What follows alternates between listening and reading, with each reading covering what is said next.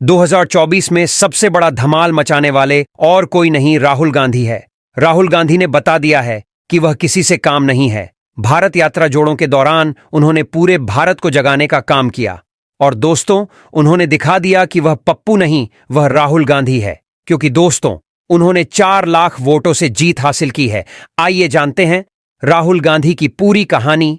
राहुल गांधी का जन्म 19 जून 1974 को देश की राजधानी दिल्ली में देश की सबसे हाई प्रोफाइल पॉलिटिकल फैमिली में हुआ था।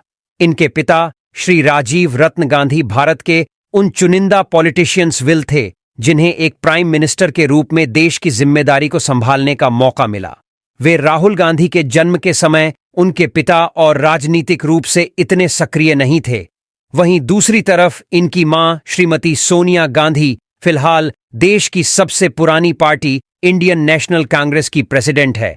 इन सबके अलावा उनकी दादी इंदिरा गांधी स्वतंत्र भारत की अभी तक की एकमात्र महिला प्रधानमंत्री हैं। लेकिन फिर राहुल गांधी को अमेरिका के ही फ्लोरिडा में शिफ्ट करना पड़ा, जहां उन्होंने रोलेंस कॉलेज में एडमिशन लिया और साल 1974 में बीए की डिग्री प्राप्त करें। उसके बाद यूनिवर्सिटी ऑफ कैम्ब्रिज के ट्रिनिटी कॉलेज में उन्होंने एमपी की पढ़ाई।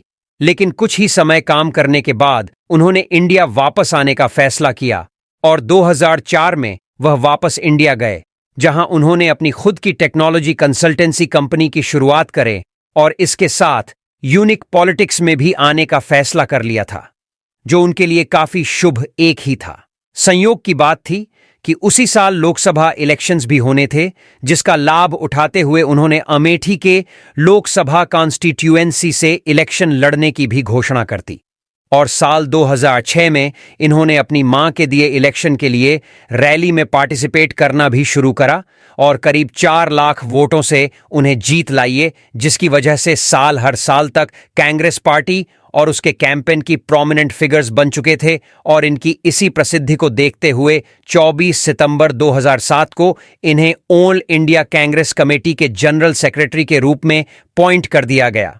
और न सिर्फ कांग्रेस कमेटी पर कि इंडियन यूथ कांग्रेस और national students union of India यानी कि NSUI की जिम्मेदारी इन्हीं देती है। और इसकी जिम्मेदारी संभालते कि उन्होंने कांग्रेस के साथ युवाओं को जोड़ने का काम किया और बस कुछ ही समय में इन्होंने पहले की तुलना में 10 गुना से भी ज्यादा युवाओं को अपने साथ जोड़ा।